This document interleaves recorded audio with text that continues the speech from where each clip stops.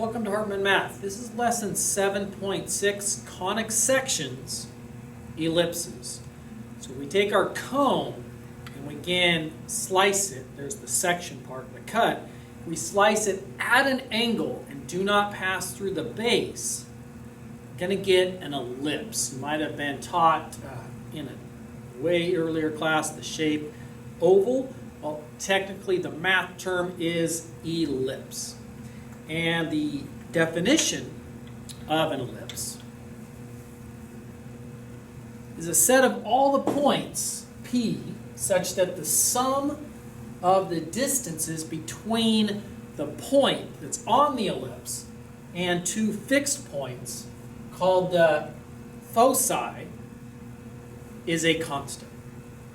So to kind of show what that means in a picture, it looks like this. We have these two focus points. Focus is singular, foci is plural, and a point on there. And so this distance plus distance, as we're talking about sum, is a constant. So if we kind of move that over here, then the distance here and then the distance there added up would be the same as this distance.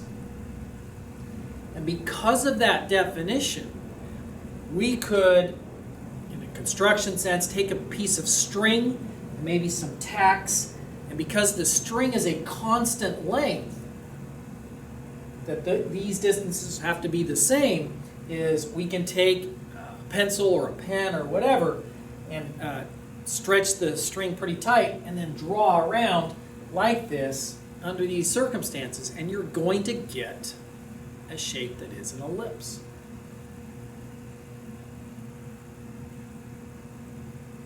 Now, the mathematical picture that we're looking at is that an ellipse is going to have 2 points that are going to be the farthest points away from the center on the ellipse. Those points are called vertices. So there's a vertex there, there's a vertex here. And then there's 2 points that are closest to the center. We're going to call each of those a covertex. Covertex and covertex. And then if we have those, we can draw the ellipse.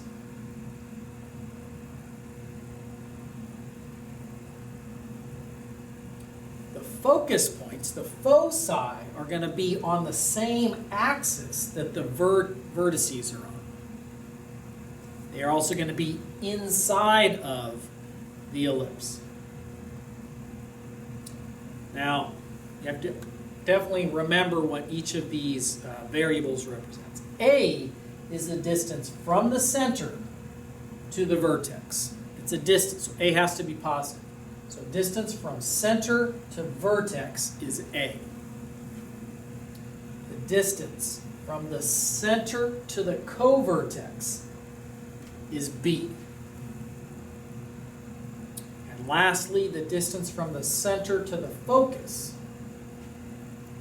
there's a focus there also, is C.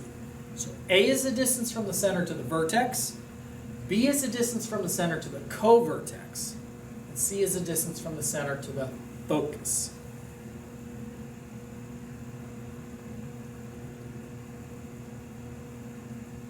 So for an ellipse that is centered at the origin, and that's what we're going to stick with, if we have a horizontal major axis, and what that means, the major axis, we go back for a second, is the segment that connects the two vertices. So here's our major axis. It is horizontal, so the equation for that type of an ellipse would be x squared over a squared plus y squared over b squared is equal to 1. Remember, A and B were defined in that previous picture. A is this distance, B is this distance.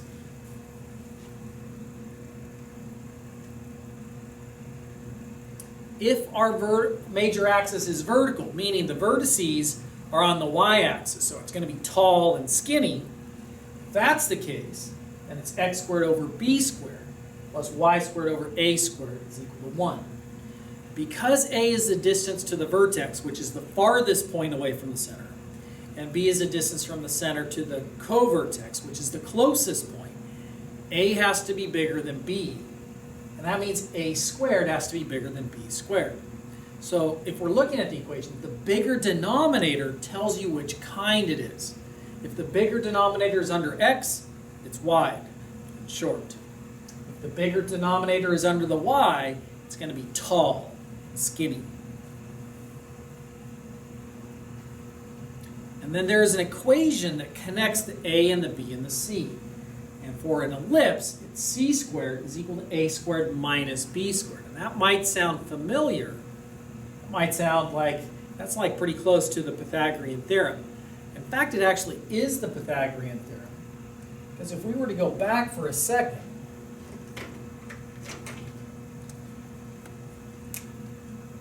and a is this distance, we could pull that off. It would fit perfectly right here.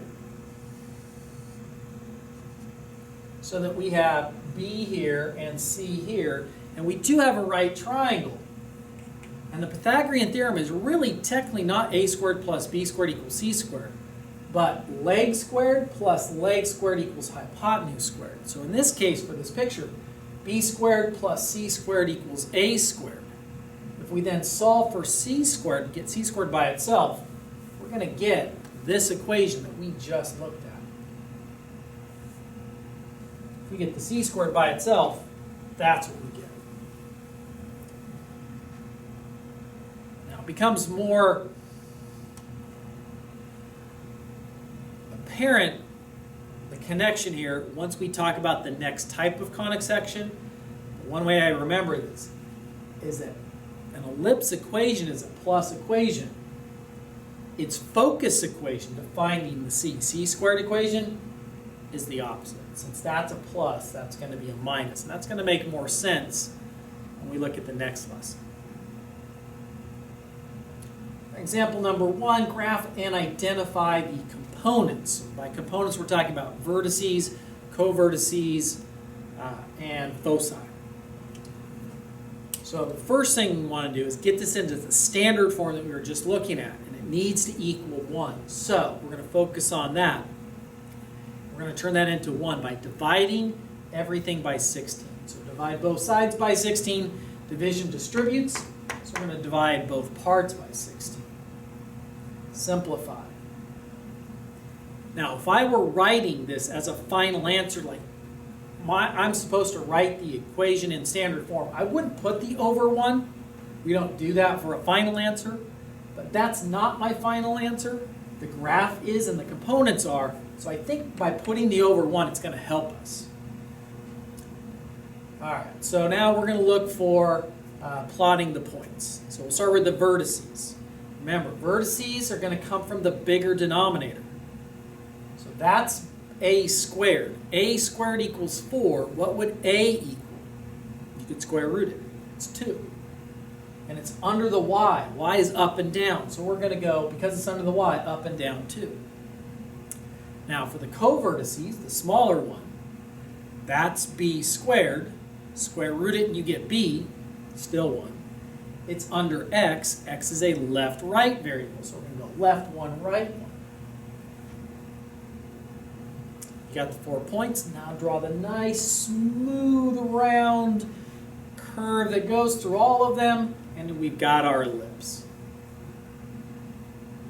Now we can identify our components. Here are the vertices. 0, 2, 0, -2. If you want to write plus minus notation, you can. If you want to write them separately, you can. They are points. They do have to have parentheses. Covertices. 1, 0, -1, 0. Foci. C squared is equal to a squared minus b squared. Now the nice thing about our equation, that is a squared. That is b squared. So when we say c squared equals a squared minus b squared, c squared equals 4 minus 1. That's 3. C squared is equal to 3. So if we square root that to get c, we're talking about root 3. So c is equal to, and it would be on the same axis as the vertices. So 0 for the x, something for the y, up and down root 3, as we got from solving that equation. Those are the components. You try, pause here, get it into standard form, find your A and your B, plot those points correctly on the graph, get the components, go for it, come back when you're done. Now we're going to divide everything by 144. When we simplify that, we get x squared over 16 plus y squared over 9 equals 1. So, A is 4. It's in the x direction, left and right. B is 3. It's under y, so up and down. There's our points. Draw the ellipse. Now here's our components. 4, 0, negative 4, 0 are the vertices. 0, 3, 0, negative 3 are the covertices. Foci, c squared equals a squared minus b squared. If you get a negative, it means you probably did it in the wrong order. A squared is always bigger, so you can't get a negative.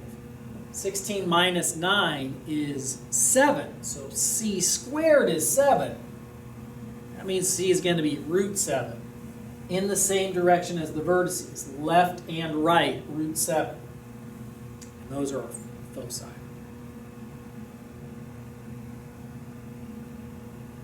Example number 2. Write the equation of ellipse with a center at 0, 0. And that's important because that's all of our equations have been based on that assumption. With a vertex at 0, 6 and a covertex at 4, 0.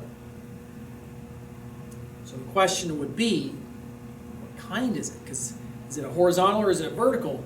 Because that depends on the equation that we start with. So our center is 0, 0. And we get to the vertex is 0, 6. So is that going left, right, or is that going up, down? That's going up 6. So to get to the vertices, that determines what kind. So we're talking about vertical.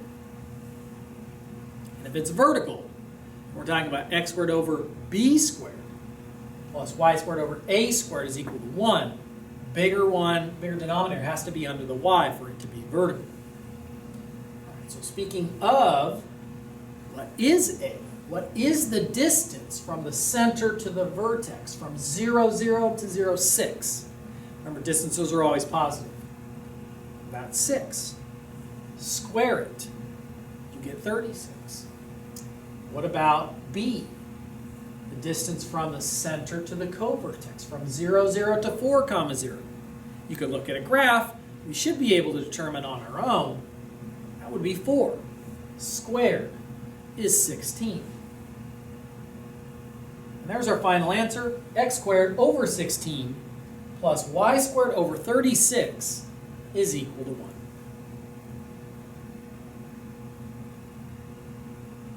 Example number 3, write the equation of an ellipse with center, vertex, and focus. So same question to begin with, because we need to know which equation we should start with. Is this horizontal or vertical? When we go from our center to our vertex, are we going left, right, or are we going up, down? Since we're going to the right, that would be horizontal, which means our equation has to be x squared over a squared plus y squared over b squared equals 1. All right, so what is A? A is the distance from the center to the vertex. A is 3. In our equation, we will square that. Now B, the problem is we don't know B based off our information. B is the distance from the center to the covertex. They didn't even mention the covertex. They did mention focus. So we can go back to that equation that connects A, B, and C, which is c squared equals a squared minus b squared. Now what is C? C is the distance from the center to the focus. Cannot be negative 2 because we're talking about a distance. We just went down, left 2. Still means that's a distance of 2. So C is 2. So c squared equals a squared minus b squared. C is 2. 2 squared is 4. We found out that a before was 3, so 3 squared is 9. Go ahead and solve for b squared. You should get b squared has to be 5. So a squared is right there, so that's going to be a 9. B squared, we don't actually have to know what b is. If we were going to graph it, we would. But here, we just want b squared. Here we found out that b squared was 5. That's going to be a 5. And there's our answer. X squared over 9 plus y squared over 5 equals 1. That's it for today. I'll see you next time.